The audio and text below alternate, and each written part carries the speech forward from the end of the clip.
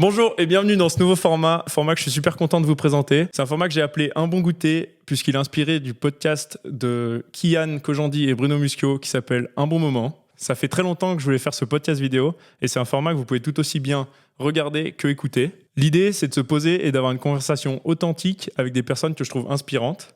Ici, c'est donc pas du contenu rapide, alors je vous invite à prendre votre temps, vous détendre et passer un bon moment avec nous. Et pour ce premier épisode, j'ai la chance de recevoir un des meilleurs athlètes mondiaux de sa discipline et un de mes meilleurs potes, Ben Carré. Bienvenue Ben. Merci, quel honneur. Quel kiff de faire le premier épisode. Là, on est bien. En tout cas, nous, on va passer un bon moment. Ouais. On a tout ce qu'il faut là. Donc je vais essayer de faire au mieux. Alors, Ben, petite introduction pour les gens qui ne te connaissent pas. Donc tu as 30 ans, tu fais du ski de boss.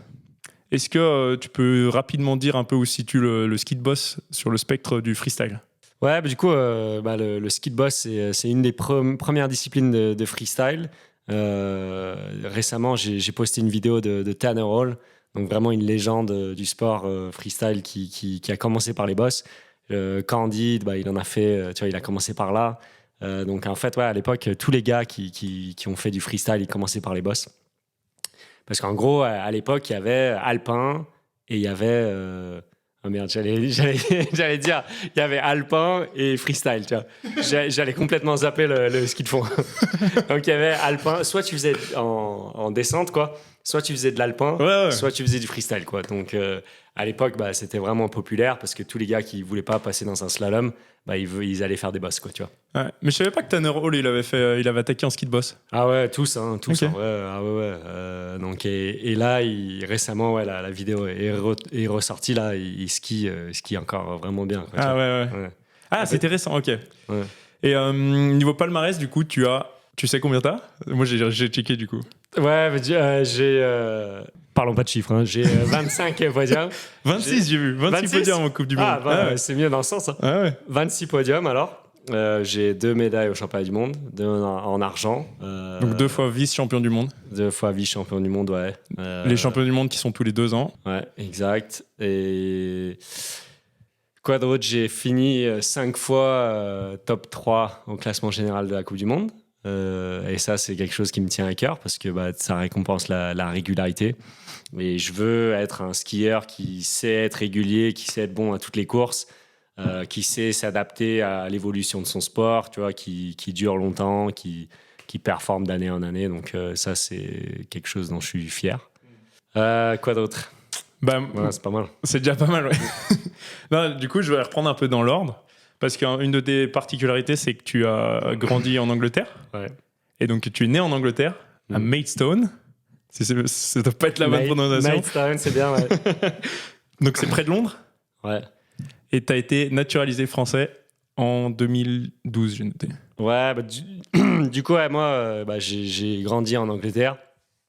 Donc, moi, à l'époque, je faisais du foot, du cricket. J'étais loin de la neige, quoi, tu vois. Moi, j'ai même appris à skier sur ces pistes en plastique, quoi, tu vois. Ouais. Les pistes en plastique, c'est un enfer. Tu vois, parce que ton père était moniteur sur les pistes en plastique.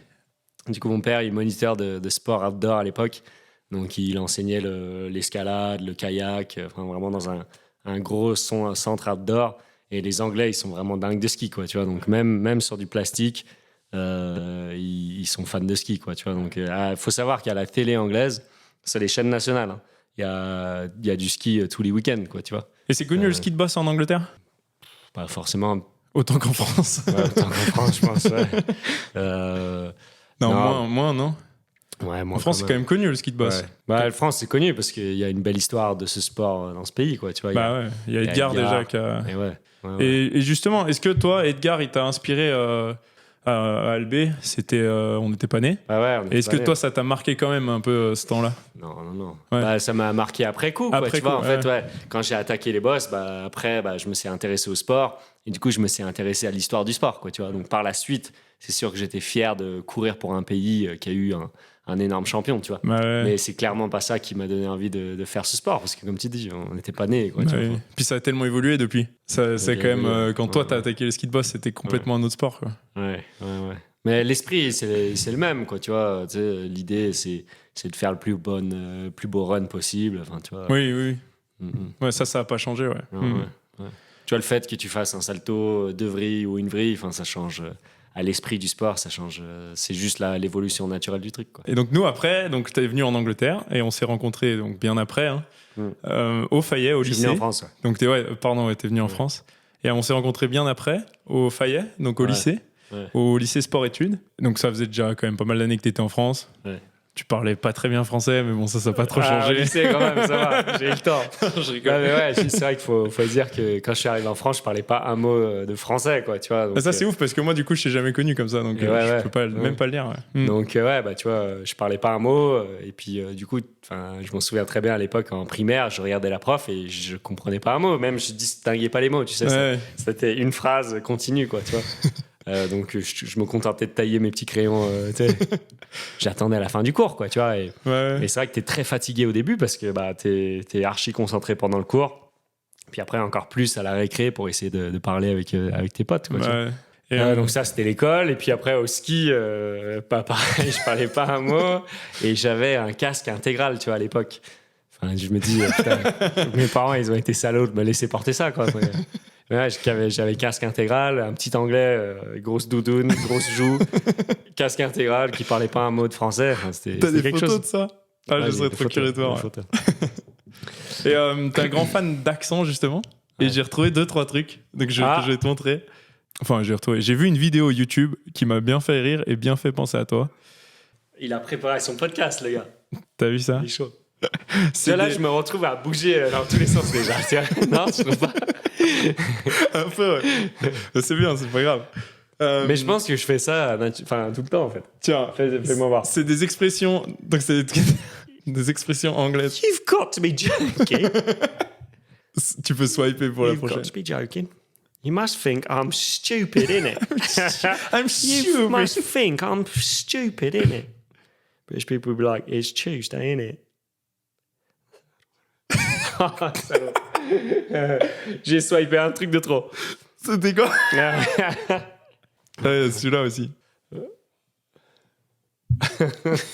Ouais, mais ça, réchauffement climatique, mon gars, on va se mettre bien, nous. Bientôt, il est en train d'améliorer le pays, le réchauffement climatique. Reprenons le fil. Mais ça c'est vrai. T'as un jour de soleil en Angleterre, c'est une fête nationale. Ça, c'est vrai, du coup. Ah bah oui. Mais moi, je me souviens à l'époque, t'avais un jour de grand beau, dans l'été, tu sais. T'avais un jour de soleil, tout le monde était content, tu sais. Ça sortait les maillots de bain, ça achetait une glace dans la rue. Enfin, c'était vraiment une célébration. C'est un peu nous ce printemps, tu sais. Ouais, c'est ça. T'as une lueur de soleil, t'es là. Oh. Et donc, si je reprends le fil, on en était au lycée. Ouais. Là où on s'est connus. Et donc, moi, j'avais un peu l'image du freestyler, un peu. Pour moi, le freestyler, c'était pas du ski de boss, tu vois. Pour moi, c'était du freestyle. Pour moi, c'était même pas vraiment du freestyle. C'était des gars qui se posaient au parc et puis, bah voilà. Ouais. À l'époque, qui fumaient de la weed, machin, des trucs comme ça. Donc, c'était pas du tout ça. Et moi, je suis tombé sur vous et on s'est trop bien entendu avec les freestylers. On avait la même passion, en fait. Et je pense que quand t'as deux personnes qui ont la même passion, enfin, qui ont une passion, en tout cas, ils partagent beaucoup de choses. Du coup, ma question, c'est quelle image t'avais du ski de fond quand t'es arrivé au Fayet? Ouais, bah après, avant de répondre à ça... Avant de nous rencontrer, hein. J'en profite juste pour dire que, ouais, t'as raison, c'était un peu l'image du freestyle de l'époque, quoi, tu vois, et c'était vrai, quoi. Mais maintenant, ça a beaucoup changé, je pense, comme n'importe quel sport, ça s'est professionnalisé. Y a, je pense à Kevin Rolland et Xavier Bertoni qui eux, c'était des premiers à avoir un coach, tu vois, avoir un technicien ski, un préparateur physique, un kiné, enfin... De vraiment être encadrés, d'être professionnels dans leur truc. Et bah, du coup, ils ont tout gagné pendant des années, quoi, tu vois. Parce que du coup, ils avaient une longueur d'avance, tu vois. Ouais, justement, je me souviens qu'au Fayet, nous, on était vachement professionnels. Ouais. Je sais pas si tu te souviens, mais moi, ça m'a marqué quand même au Fayet. On passait des longues soirées à parler d'entraînement, tu vois. Ouais. Là où, normalement, quand t'es adolescent, tu parles de filles, tu parles de trucs comme ça. Ouais. Je pense qu'on a parlé, mais des heures et des heures d'entraînement. Et je sais pas si tu te souviens, c'est même toi qui m'as donné mon premier rouleau de massage. Ah ouais, bah. Ouais. Et en fait, je trouve qu'on a pris de l'avance, entre guillemets, sur justement tout ça, tu vois, sur la préparation physique en règle générale et tout. Moi, j'ai eu des grosses bases là-dedans, plus de récup que de préparation physique, parce qu'on est allé chercher ça, en fait, à ce moment-là. Ah ouais, moi j'allais dire, moi j'ai un souvenir qui m'a marqué du Fayet. C'était, on avait un cours, tu sais, avec notre prof principale de l'époque, un peu notre conseillère d'orientation. Et en fait, devant la classe, fallait qu'on dise ce qu'on voulait faire comme métier plus tard. Et ben moi, j'ai dit simplement, je veux faire sportif de haut niveau, je vais faire du ski à haut niveau. Et la prof, je m'en souviens, elle m'a engueulé, elle m'a dit non, mais là on parle de ton boulot et tout. J'étais là, bah oui, je vais faire du ski à haut niveau. Mais ça, c'était pas au Fayet? Ça, c'était au Fayet. Au Fayet? Bien sûr que j'étais au Fayet. Alors que t'étais au Mais lycée en fait, sport-études? on était dans un lycée sport-études, donc normalement, les 30 gars de notre classe, ça aurait dû être la réponse. Quoi, tu vois, Bah enfin, oui, oui. c'est normal. Et en fait, la prof, elle voulait qu'on dise, je sais pas, kiné, enfin machin. Et- Moniteur. Ouais, et du coup, je crois que nous, on était les deux seuls à dire sportif de haut niveau, et je pense, bah, c'est pas pour rien qu'enfin, tu vois, on est encore là-dedans, quoi, tu vois. Mais ouais, Bah moi, ouais. ça a toujours été un peu ma vision du truc. J'allais faire ça, et il n'y avait pas d'autre option, quoi. Bah ouais, carrément. Donc ça, c'est vrai, c'est un souvenir qui m'a marqué du Fayet, tu vois. Ouais. Ouais. Ah, moi, je trouve le Fayet, ça m'a vraiment apporté beaucoup de choses quand même. Ouais. C'était... Ouais. Puis, ouais, c'était cool. Ouais. Ouais. Et je me souviens d'une citation de. Tu m'avais parlé d'une citation de Tiger Woods. Ok. Je sais pas si ça te parle.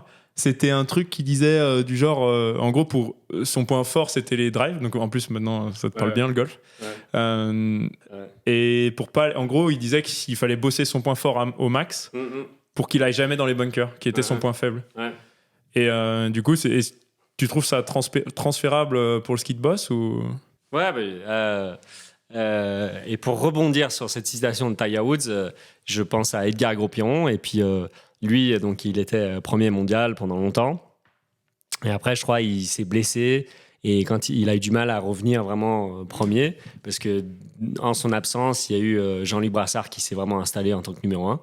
Et quand il est revenu, bah, il a essayé de battre Jean-Luc à son propre jeu, tu vois.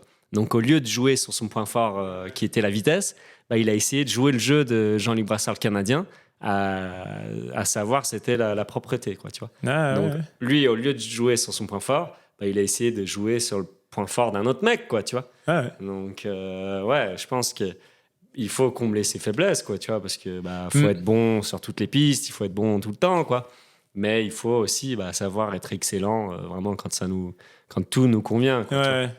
Ouais, je pense que j'avais mal compris, tu vois, cette citation. Ouais. Et je te rejoins vachement là-dessus, que t'es obligé de combler un peu tes faiblesses quand même à un certain moment, parce que un petit peu. Ouais. sinon t'es plus assez... Ouais, parce que je pense que Tiger Woods, il dit ça, mais t'inquiète qu'il passait du temps dans les bunkers aussi, quoi. Tu vois. de ouf. Et Tiger Woods, c'est un peu un exemple aussi de ce que je disais tout à l'heure. Lui, à l'époque, je crois, la croyance du golfeur, c'était faut pas que je fasse de muscu parce que si je suis trop costaud, Ah ouais. j'aurais plus le feeling du club, moi, j'aurais pas le toucher, quoi, tu vois. Hmm. Et en fait, lui, il a fait de la muscu, il tirait 20 mètres plus loin que tout le méga monde. loin. Et voilà, ça, Ah ouais. ouais. Ouais, ok. Et du coup, t'as fait, à l'issue du Fayet, ou en tout cas, quasi ça s'est chevauché, t'as fait tes premiers JO à Sochi. Ouais. Et ça, c'était plutôt une bonne expérience. Ah, c'était vraiment une bonne expérience. Parce que t'étais encore jeune, tu faisais partie des plus jeunes sur la Coupe du Monde. Et puis, les JO de Sochi, c'était quand même un énorme événement. Ouais.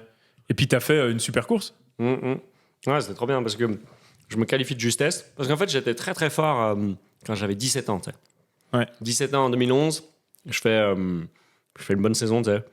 Et je fais vraiment un run de ouf au championnat du monde, au championnat de France. Je fais de médaille au championnat du monde junior. Et puis après, je fais vraiment un run de ouf au championnat de France. Donc tu vois, je suis gamin, je viens d'avoir 17 ans. Tu vois. Et je fais vraiment un run qui aurait pu gagner une Coupe du Monde à l'époque. Tu vois. Donc je fais ce run de ouf. Et ça, c'était avant que je fasse une Coupe du Monde, tu vois. Et donc, mais par contre, quand j'arrive en Coupe du Monde, tu sais, j'ai eu du mal à m'adapter déjà aux pistes, tu vois, qui étaient plus dures. Et tu sais, les bosses qui tracent un peu différemment aussi, tu sais. Quand t'es gamin, tu sais, tu te freines beaucoup dans la bosse, tu sais. Donc, t'as beaucoup les skis en travers. Donc, ça gicle beaucoup de neige, donc ça fait du volume, tu vois.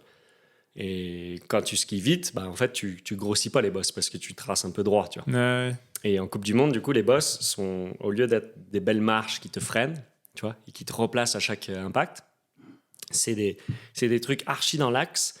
Et donc, ça fait un peu des toboggans descendants, tu vois, des virages relevés descendants qui font que de t'accélérer les pieds. Donc, techniquement, j'ai eu du mal. Les kicks, pour pas qu'ils bougent, tu sais, avec les passages, parce que, tu sais, à force qu'il y ait du passage sur les kicks, tu sais, ça va faire des rails, tu vois. Les skis vont s'enfoncer dedans, ça va faire des rails.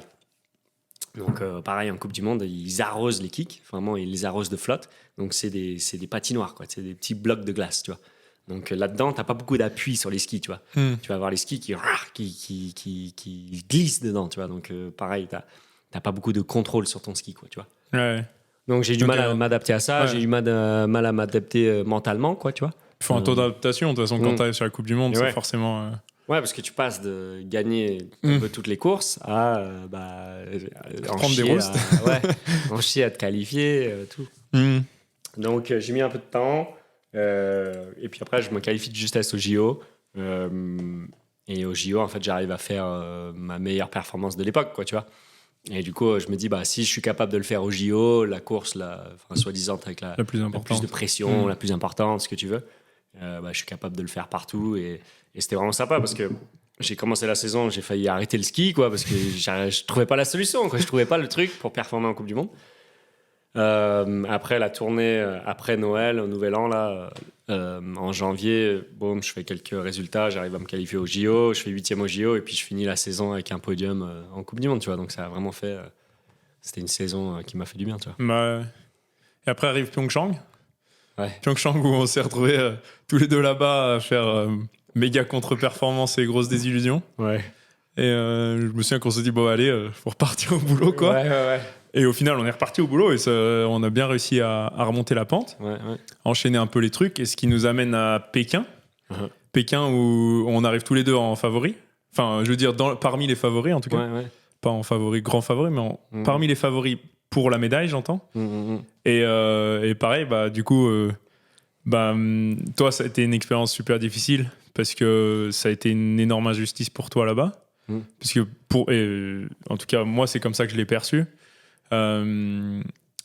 Tu aurais dû en gros avoir une médaille de bronze et tu as été classé 4e pour les gens qui n'ont pas vu parce que nous on est au courant mais peut-être pas tout le monde. Et en gros les juges t'ont classé 4e au lieu de 3e. Et en plus je sais que tu es plutôt du genre à dire oui les juges ont raison quand c'est le cas, quoi. Mais donc voilà, tu as vécu comment cette injustice là, et ça a quand même été une épreuve assez particulière, quoi. Ouais. Putain, là, ça y est, on attaque. T'as combien de temps, là, non, là, là, on rentre dans le vif du sujet. Ouais, alors, jugement. Déjà, ouais. Pour moi, ce qui est important de dire, c'est pour être... sport à juge, déjà. Comment ça fonctionne, déjà? Peut-être, on va commencer par là. Ouais, en fait, nous... il y a combien de juges qui notent? On a souvent discuté, tu vois. Moi, je serais incapable de me dire que j'ai loupé une course parce que mes skis n'étaient pas préparés de la bonne manière, quoi, tu vois. Et toi, tu conçois pas le truc de te dire j'ai pas eu le résultat que je méritais parce que c'est le juge qui m'a mal noté, quoi, tu vois. Donc, en fait, nous, on est formaté à ça depuis le plus jeune âge, quoi, tu vois. C'est un sport à jugement, c'est comme ça, c'est les règles du jeu. Attends, mais juste du coup, parce que nous, on connaît le ski de boss et le fonctionnement, mais s'il y a des gens qui écoutent qui ne connaissent pas forcément, comment ça fonctionne? Il y a combien de juges et qui note quoi et qu'est-ce qui est noté, en fait? Du coup, il y a 7 juges en tout. Il y en a 2 qui font les sauts. Donc, chaque saut a un degré de difficulté. Donc, c'est un coefficient qui est multiplié avec la note d'exécution, qui est sur 10. Et donc, ça, c'est les 2 juges qui font les sauts. Il y a 2 sauts dans la descente.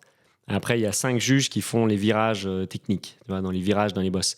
Donc là, les critères de jugement, c'est de garder une ligne de pente, tu vois, de ne pas se faire décaler de la ligne, de bien absorber, de bien garder les pieds serrés, bien avoir la tête droite, les bras stables, etc. Et là, sur les 5, il y a la plus haute et la plus basse qui sautent. Et donc, on retient les 3 du milieu. Donc ça fait la note. Et puis, la note jugée. Et il y a aussi le chrono. Donc, le chrono, c'est juste un temps de base, en fait, qui est calculé en fonction de la longueur de la piste. Donc ça, c'est vraiment en fonction de la longueur. Tu vois. Donc tu as des pistes où tu vas marquer plus de points parce que les bosses sont plus écartées.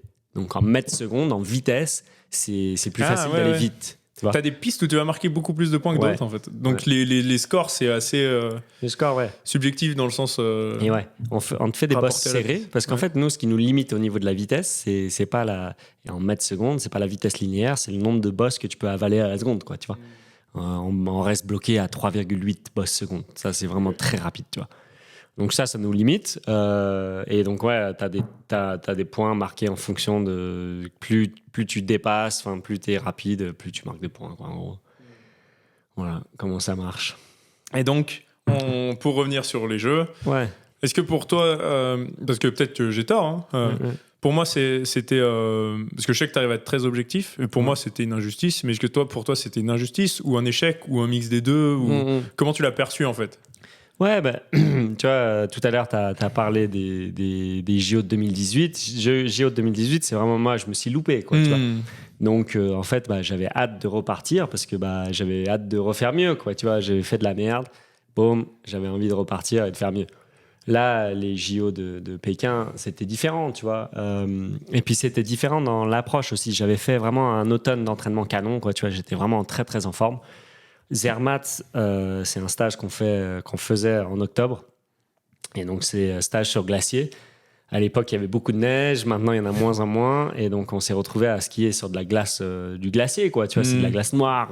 C'est très, très dur sous le pied. Et en fait, ça, c'est des conditions qui me plaisent pas beaucoup, tu vois.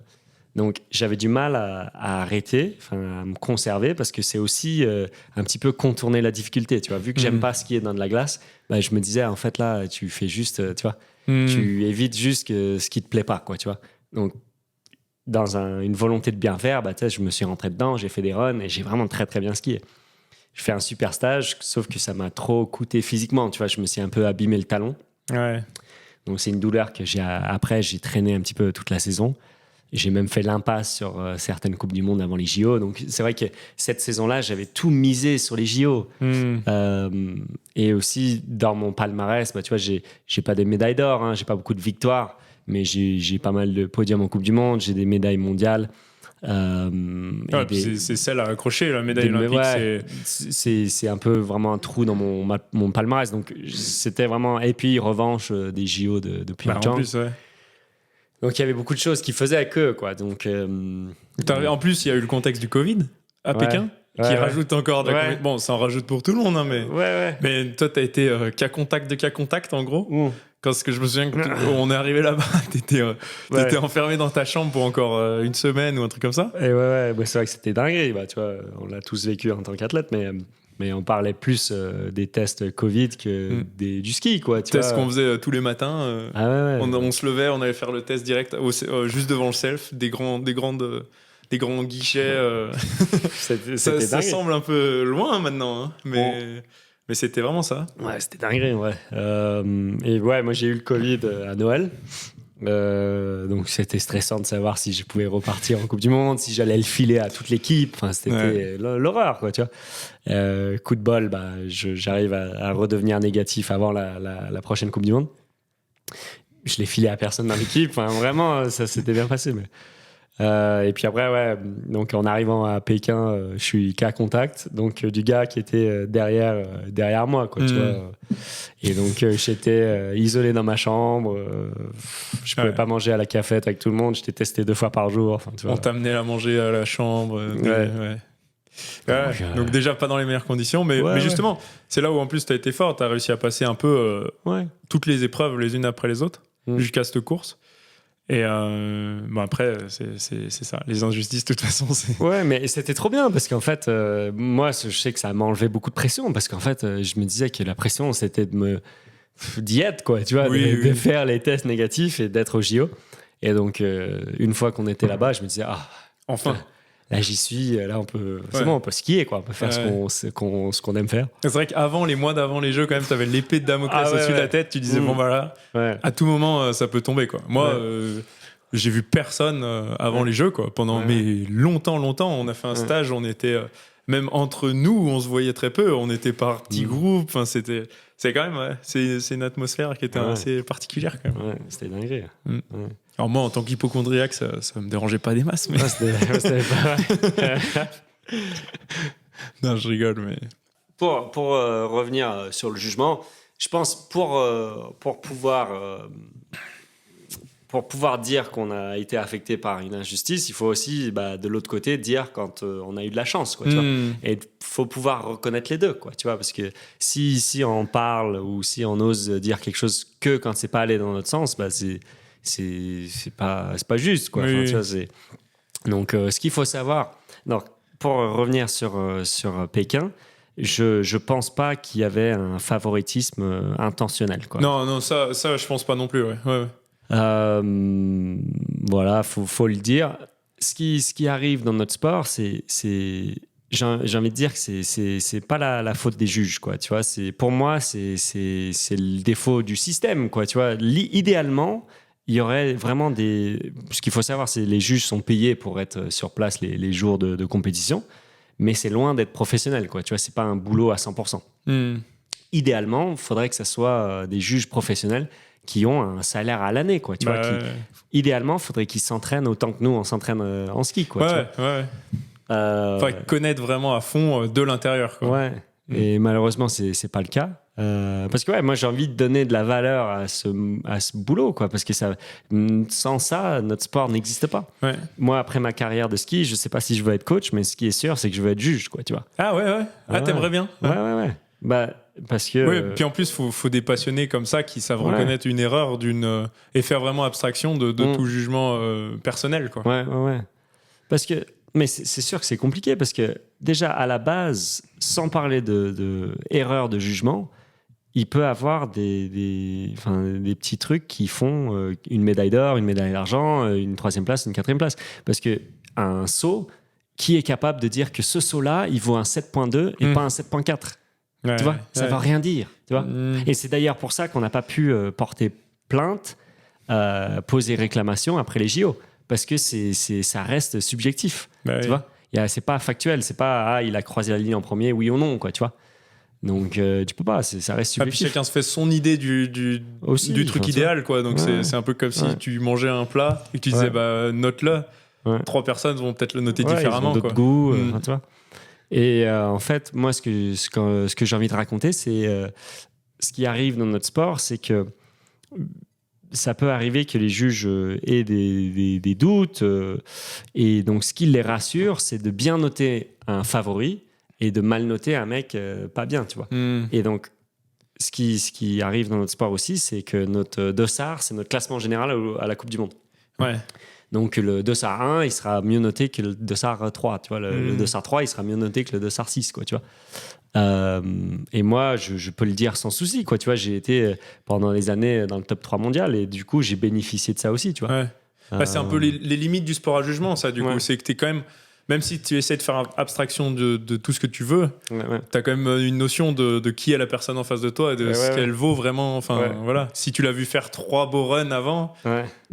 Et t'as une tendance à penser que le prochain il va être beau, quoi. Le prochain il va être beau et tu sais, nous c'est un sport de style, tu vois, donc t'apprécies le style d'un gars. Moi je m'en souviens quand j'étais gamin, tu sais, j'appréciais de voir, j'aimais bien comment mes skieurs préférés ils faisaient des fautes, tu vois. Même dans leurs fautes, j'aimais ça, tu vois.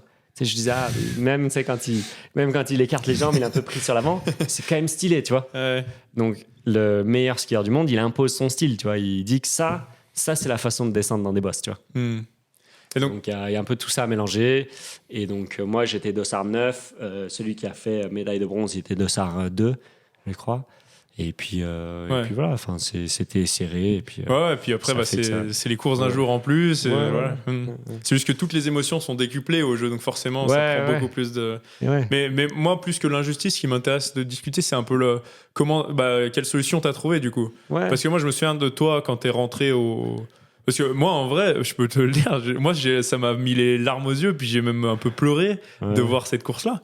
Et toi, t'es rentré au village et je te l'ai trouvé méga fort, tu vois. Et du coup, c'est ça qui m'intéresse, c'est de savoir quelle solution t'as trouvé un peu pour passer au-delà de cette injustice.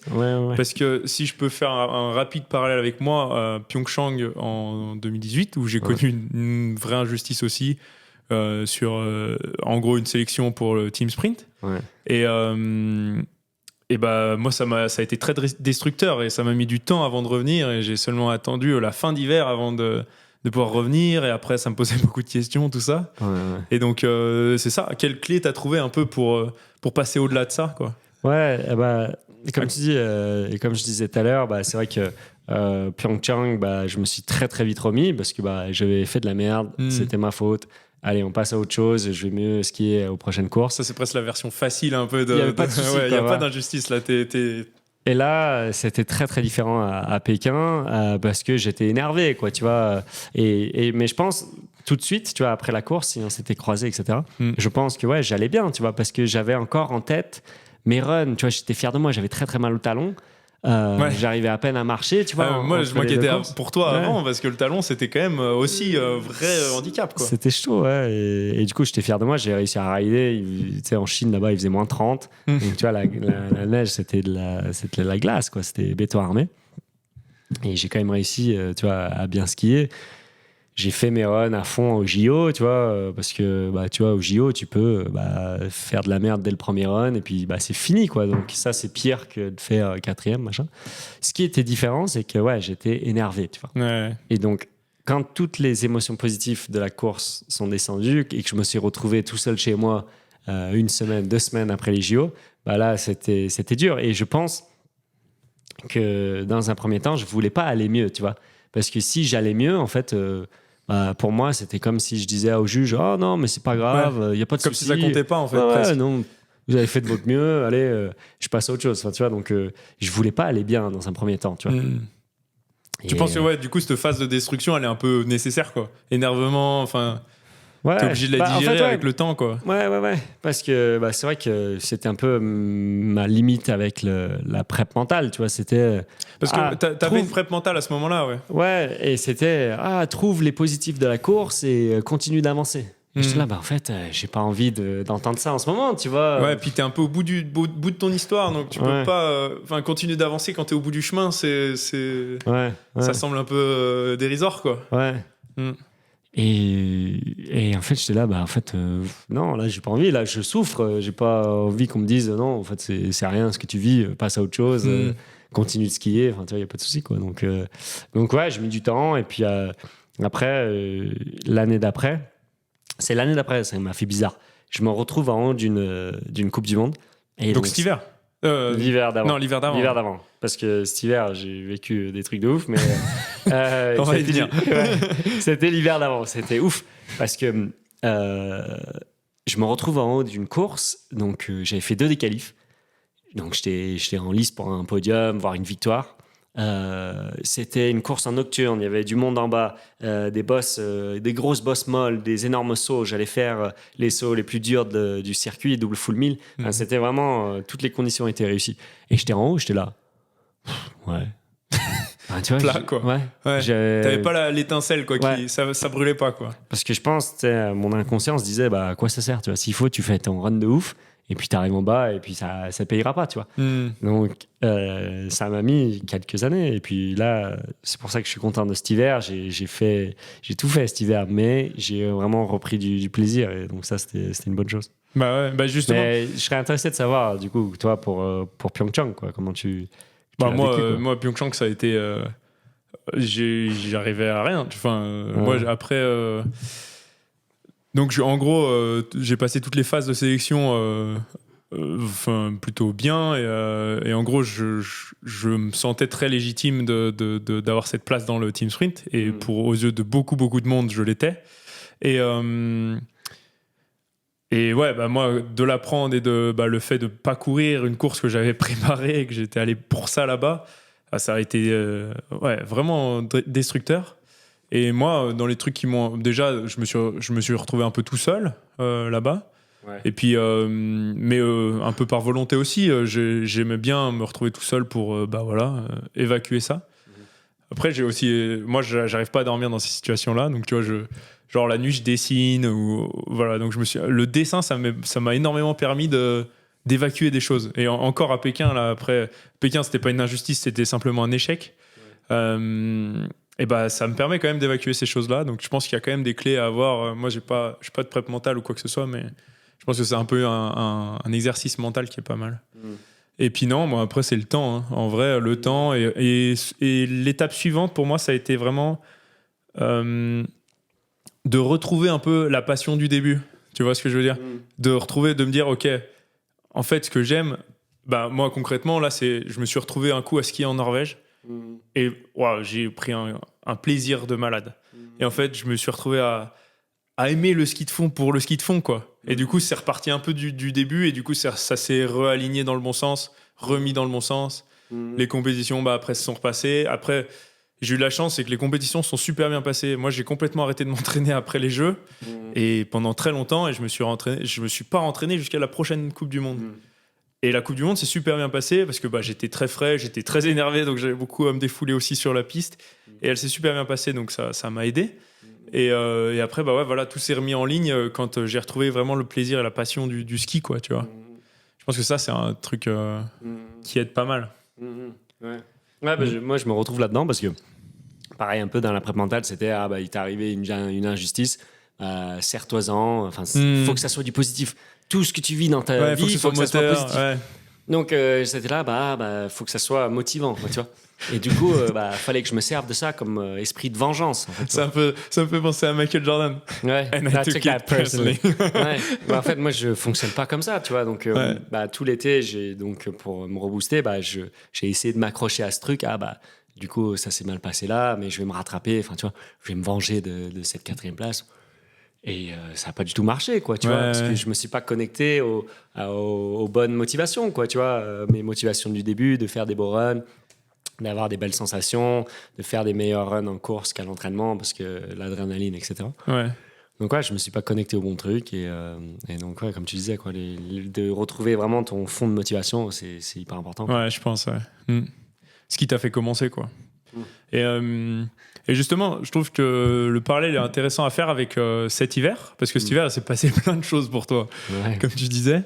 Et je voudrais commencer par le meilleur en soi. Ouais. J'aimerais bien parler du run de Deer Valley. Ouais. Tu as fait peut-être le meilleur run de ta vie en soi. Ouais, c'est clair. Et peut-être un des meilleurs runs du ski de boss aussi. Ouais, ça en fait partie. Ouais, voilà. C'était un bon run. Je veux dire, dans le all-time best, il est bien situé, quoi.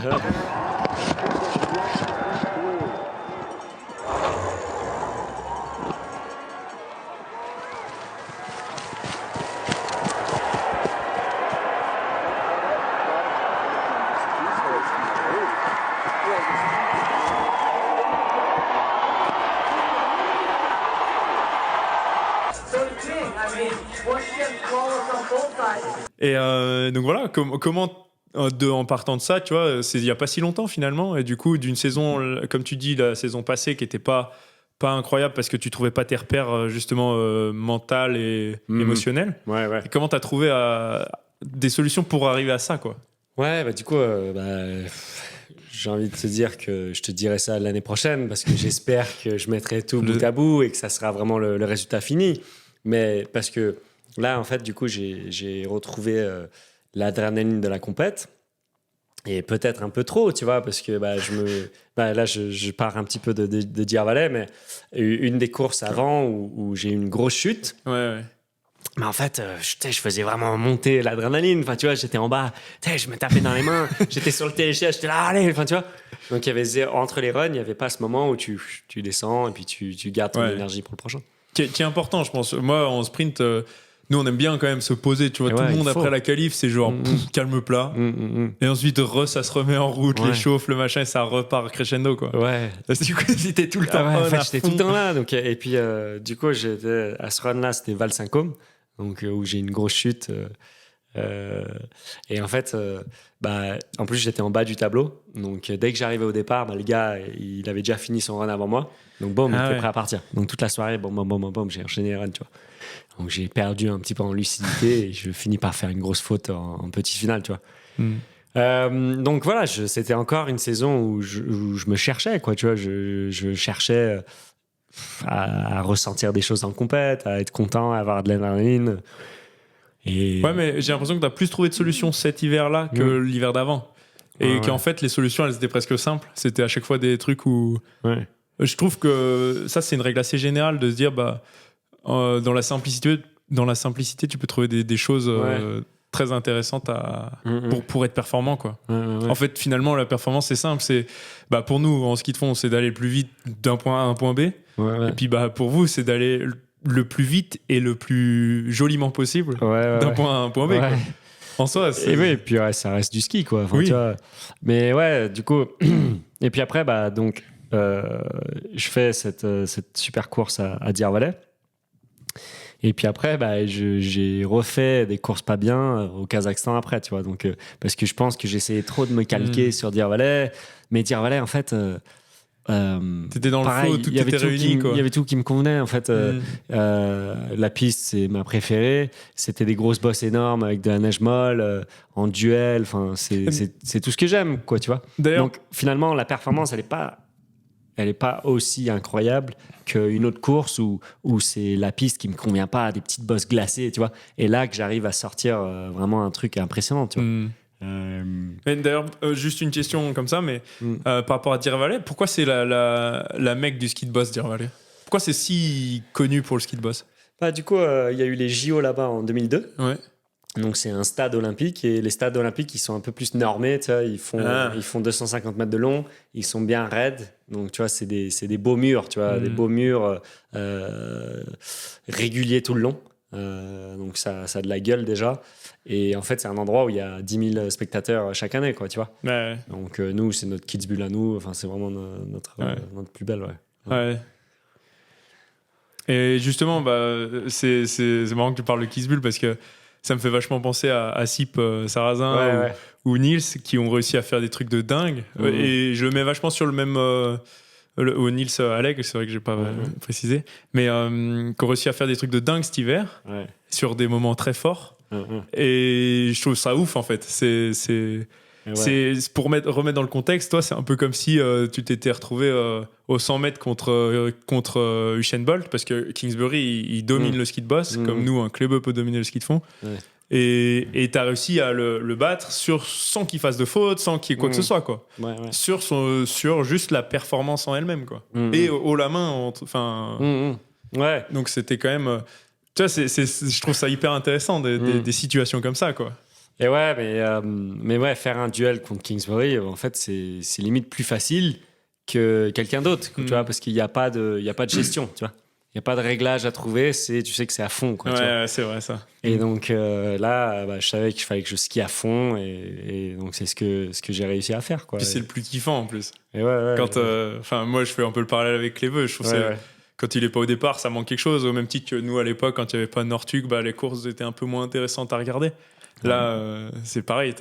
Là, c'était un duel de malade, quoi. Et ouais, du coup, toi, c'est vraiment ta vision pour courir contre Klebe, ouais. Voilà. Parce que tu vois, on vit pas ça là-dedans, on vit la même situation. Tu vois, moi, j'ai Kingsbury, il y en a d'autres, hein, bien sûr, parce que je finis pas deuxième à chaque course, moi. Oui. Mais ouais, toi, t'as Klebe. Donc, et je trouve ça hyper motivant justement de courir avec des Usain Bolt, quoi. Ouais. Et puis là, en l'occurrence, c'est comme si tu courais, je sais pas, presque Usain Bolt en Jamaïque, quoi. Parce que Deer Valley, c'est tellement important que tu veux faire une pause, un truc, non, c'est bon? Je sais pas, j'ai la vessie un peu pleine, tu vois. C'est pour ça que je te dis. Mais je fallait plus ça avant, en fait. Hein? Je fallait plus ça avant. Ah, ok. Donc on continue. Let's go, mon gars. Donc après, je voulais parler d'un sujet que j'aime moins. J'aime moins parce que ça fait pas partie de nos sports, mais vous, ça en fait partie intégrante. Et c'est justement, t'en as un peu parlé, tu as touché du doigt avec la chute. Et c'est le risque qu'il y a dans votre sport et comment tu appréhendes ça, parce que c'est pareil, nous on a une notion de peur, presque peur de l'effort, de l'intensité de l'effort, de se faire mal, parce qu'il faut aller au-delà de ça, mais on n'a pas du tout de peur de mourir, tu vois, ou de se blesser, quoi. Vous avez vraiment ce paramètre qui rentre en compte. Est-ce que tu penses pas, peut-être que je sais pas, parce que je me mets pas du tout à ces situations-là, quoi. Ouais. Je trouve pas mon sport si dangereux que ça, tu vois. Parce qu'on risque pas de mourir, enfin tu vois, c'est pas du ski de descente. Non, c'est pas la descente, ça me paraît très très dangereux. Nous, mais quand même, le pire qu'on risque, enfin c'est quelque chose de cassé, enfin tu vois. Cet hiver, t'as quand même un gars qui t'est retombé dessus parce que t'as croisé sa ligne, quoi.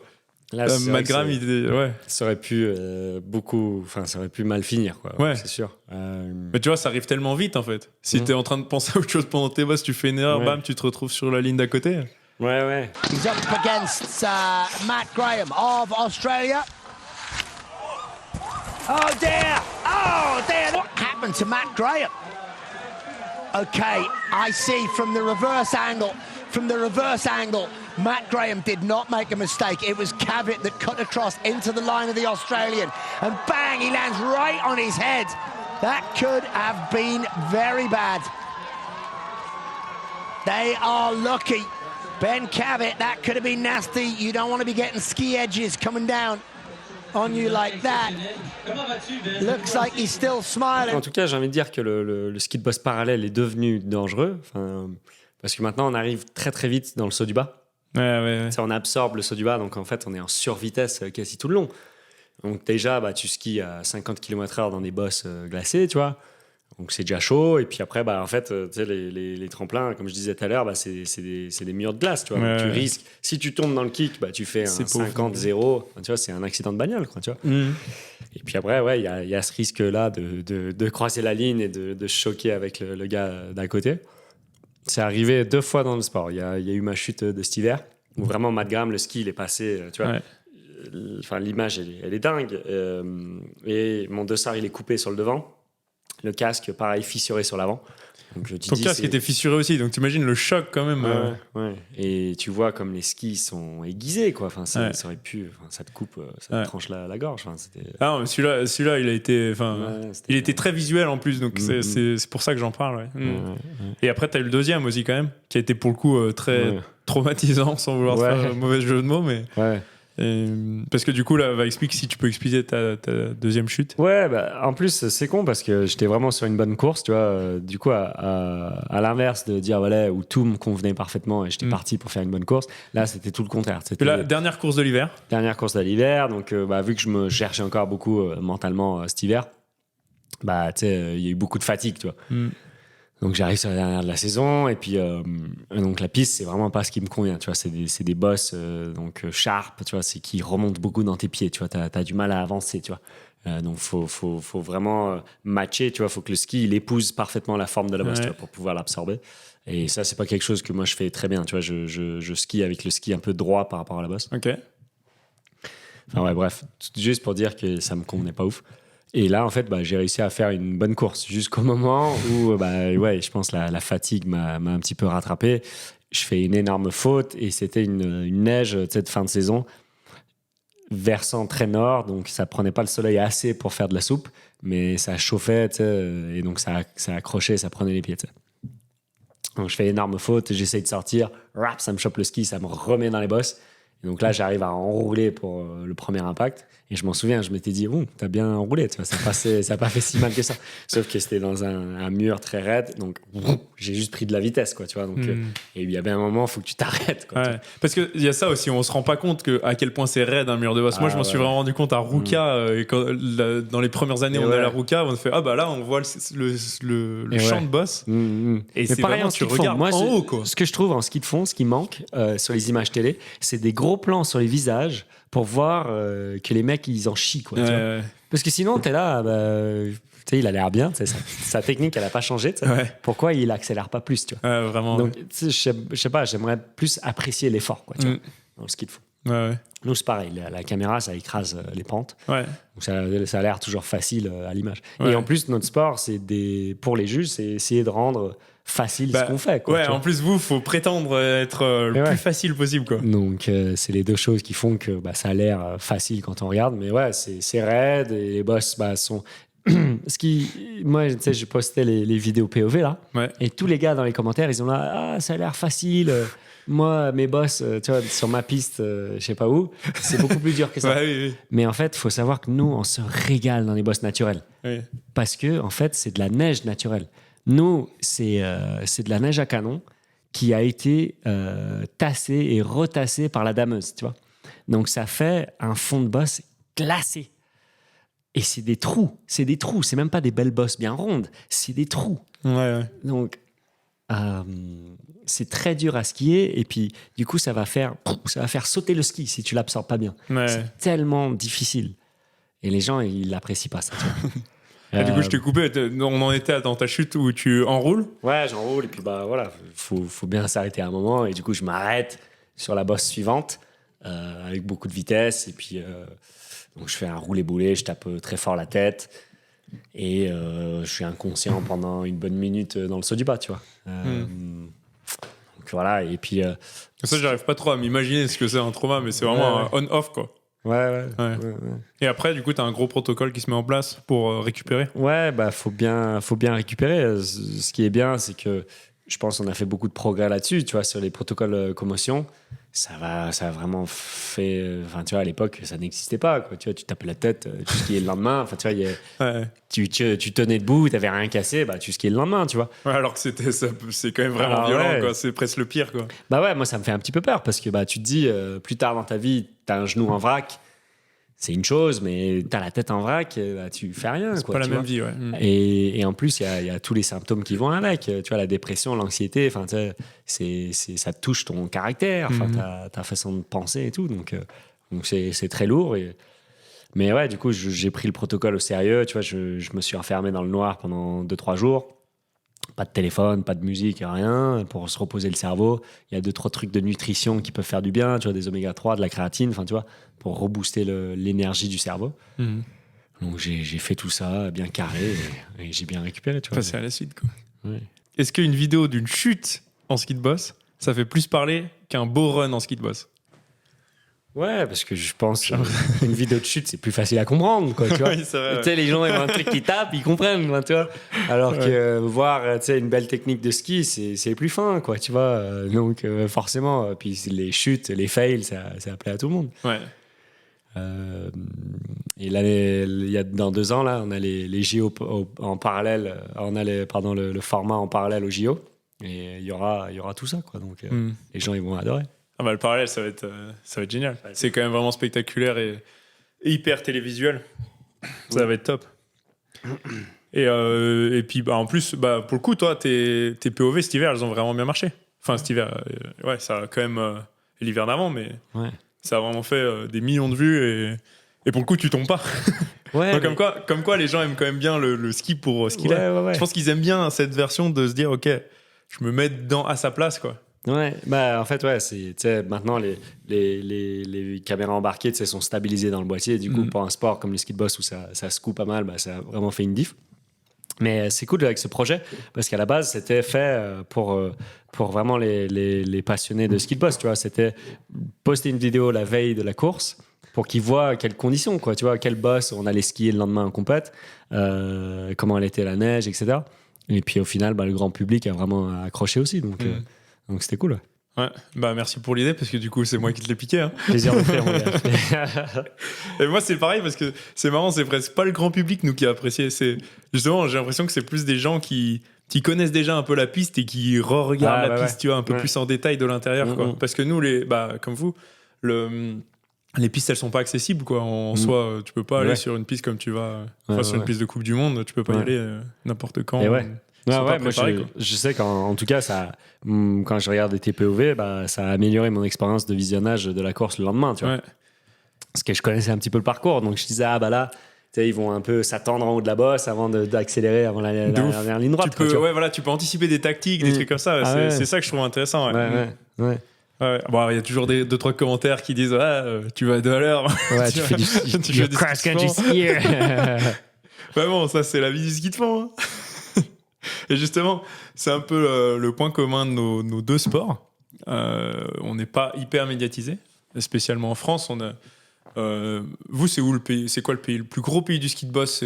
C'est le Japon. C'est le Japon. Ouais. Et pourquoi le Japon, ils sont aussi développés ski de boss? Parce qu'ils ont énorme de neige. Ouais, ils devraient être poudreux, tu vois, mais ouais, ils ont beaucoup de ski de démo, tu sais. Ski de démo, c'est nous en France on a le virage moniteur, enfin tu sais quand tu fais l'ENSA là, tu sais en gros c'est des godis experts, enfin tu sais tous les virages en fait ils sont juste jugés, tu vois. Donc pareil ils skient dans les bosses, mais ils ont une ligne vraiment arrondie, enfin tu sais c'est vraiment un peu le touriste parfait dans les bosses, enfin tu vois c'est pas de la Coupe du Monde. C'est vraiment le mec qui se balade dans les bosses et ils sont jugés là-dessus, tu vois. Ouais. Donc il y a cette culture là. Et puis eux pareil ils ont toujours été forts dans ce sport, tu vois, donc c'est le Japon historique, et donc là-dessus ma question c'était est-ce que t'aimerais que ton sport soit plus médiatisé ou est-ce que t'as pas peur genre des dérives que ça peut engendrer ou... ouais bah en vrai j'ai envie de te dire que j'aimerais connaître ça. Je serais fasciné d'être dans la peau d'un footballeur pendant une semaine, tu vois, de vivre, tu vois, la veille d'un match, d'une course de ski. tu te dis, bah, t'allumes la télé, il y a un mec qui te trash, il y a un gars qui dit, ah non, mais là Ben, ça va pas du tout. Pourquoi il s'amuse à faire double full? Il devrait être en full sein. Enfin, tu vois, il régresse. À l'époque, il était bien plus fort. Enfin, tu vois, je kifferais ça, tu vois. Mais je pense que je kifferais ça une semaine, tu vois. Ça doit être très, très dur à gérer. En vrai, je pense que. Mais après, quand t'es footballeur, tu gagnes des millions. Enfin, tu sais, t'es dans une autre planète aussi. C'est une autre sphère, mais ce qui serait ouf à vivre, c'est vraiment un chaudron, quoi. Enfin, est-ce qu'on arrive à vivre parfois? Et c'est pour ça qu'il y a certaines courses. Nous, cette année aux US, c'était incroyable. Quand on a Coupe du Monde après Manon, c'est une ambiance de dingue. Et les championnats de France des clubs, nous, c'est une ambiance de dingue. C'est presque une des plus grosses ambiances. S'il y a tout le monde qui vient se déplacer, des trucs comme ça, mais x10, si c'est un peu plus médiatisé, ça doit être dingue à vivre, je pense. Est-ce que toi, c'est quoi ta course préférée? En Coupe du Monde ou en Coupe du Monde. En Coupe du Monde, cette année, j'ai vraiment bien aimé Davos et Minneapolis. Davos, c'était de nuit, là. Davos, c'était de nuit. Il y a eu une ambiance un peu différente des autres courses. Du coup, c'était vraiment chouette. Feu d'artifice et tout. Feu d'artifice, des flammes, des trucs. Il y avait une vraie démarche d'aller plus loin et ça, c'était trop cool à vivre. Puis en plus, la course s'est bien passée, donc forcément. Mais Minneapolis, la course s'est pas bien passée. et pourtant j'ai adoré l'ambiance là-bas. C'était dingue. Tout le monde était là. Il y avait une ambiance hyper positive au bord de la piste. Les gens, ils t'encourageaient par ton prénom, mais tout le monde, quoi. Les Ricains, ils encouragent tout le monde. Mais c'est trop bien. Génial. Cet état d'esprit, il est incroyable. Et ça, c'est vraiment chouette. Et l'année prochaine, on est en France à nouveau, donc ça va être vraiment cool. Et pour toi, ça passe par quoi, justement, médiatiser ton sport? Qu'est-ce qui ferait que que le ski de boss deviendrait un peu plus médiatisé? Moi, j'ai envie de dire que n'importe quel sport avec la bonne stratégie marketing, la bonne stratégie de com, peut être populaire, quoi, tu vois. Et nous, en fait, pour moi, du coup, avec justement cette bonne stratégie, c'est que les athlètes, ils deviennent tes potes, quoi, tu vois. T'as un attachement à l'athlète et du coup, quand tu regardes, c'est pas un mec lambda qui descend, c'est ton pote, t'as envie de le voir gagner, quoi, tu vois. Donc t'es investi dans le truc. Et nous, c'est d'autant plus un enjeu parce que tu vois, quand on court, on est caché derrière une cagoule, un masque, un casque. Enfin, tu vois, donc tu vois zéro de la personnalité du gars, quoi. Tu vois, donc pour moi, ça serait qui est une stratégie que les gens ils apprennent un peu plus à nous connaître et l'hiver ils regardent leurs potes descendre plutôt qu'un mec qu'ils connaissent pas, quoi. Ouais, je pense. Et puis en plus. Après, pour moi, il y a aussi le facteur diffusion à la télé, tu vois. Que l'image, elle doit, comme tu disais tout à l'heure, l'image, elle doit être prise, elle doit être captée du moment fort, en fait, de vraiment mettre en valeur le sport pour ce qu'il est, tu vois. Comme tu disais, pour nous, l'effort et arriver à retranscrire ça, ce serait intéressant, tu vois. Même, c'est que ce soit, tu vois, même des fois, on a des GPS, des trucs comme ça. Ça, les gens, ils sont contents d'avoir cette info-là, tu vois. Donc, qu'ils puissent s'identifier, en fait, pas regarder juste des trucs de l'extérieur. Mais je pense, nous, c'est dur à suivre parce que si on regarde l'alpin, c'est genre première manche à 10h, deuxième manche à 13h. Et t'es sûr que c'est ça un peu tous les week-ends. Alors que nous, t'as le décalage horaire, machin, en fait, personne ne sait quand on regardait, quoi, tu vois. Donc plus c'est difficile à suivre, moins les gens ils vont suivre. Ça, c'est une des premières étapes aussi. Des fois, quand tu vois que pour ta famille et tes parents, c'est compliqué à regarder une Coupe du Monde. C'est que là il y a un souci, tu vois, c'est qu'on passe pas au bon moment ou qu'on a fait une graille, quoi. Mais je pense qu'on a des sports qui sont jolis, qui pourraient être vraiment bien mis en avant.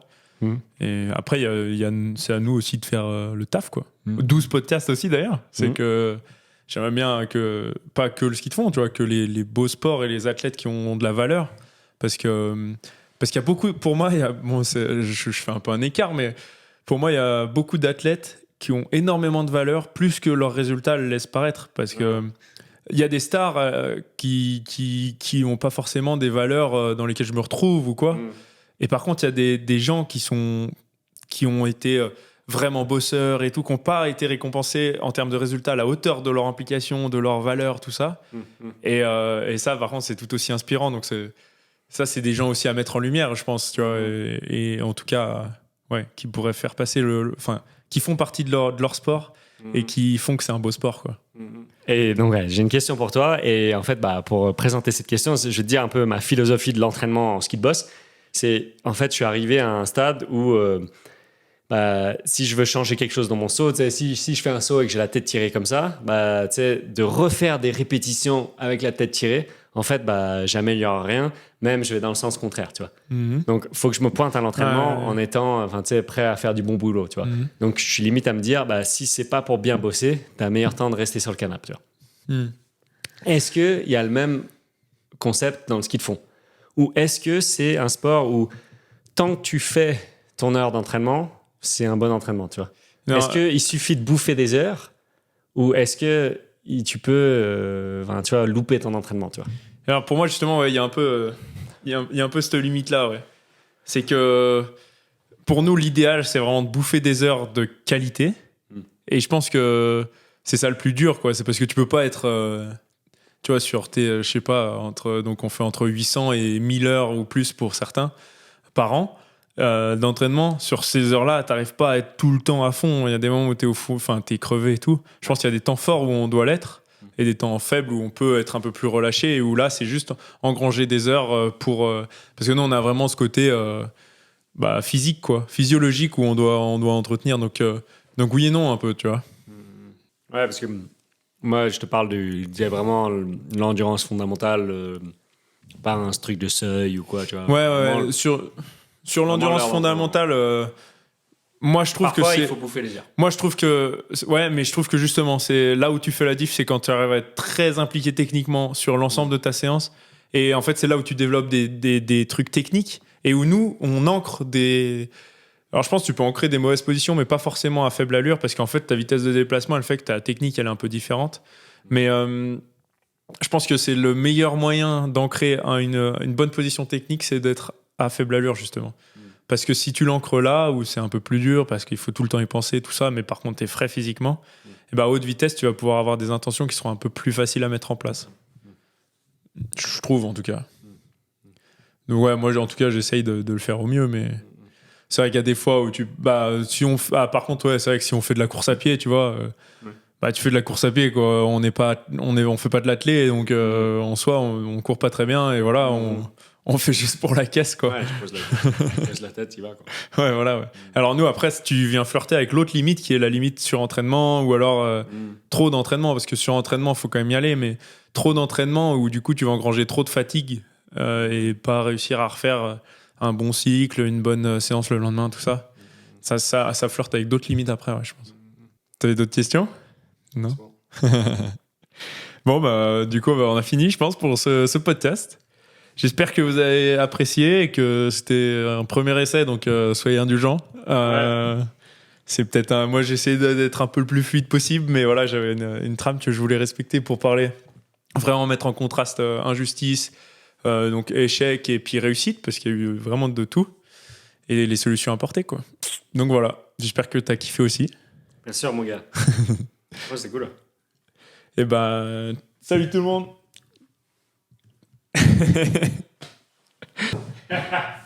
On l'a fait. Je suis désolé, j'ai vraiment mis un moment avant d'y arriver. Toi, heureusement, t'as direct chopé le pli et t'étais... Ouais, ça va, tu crois? Ah ouais, toi, t'étais excellent.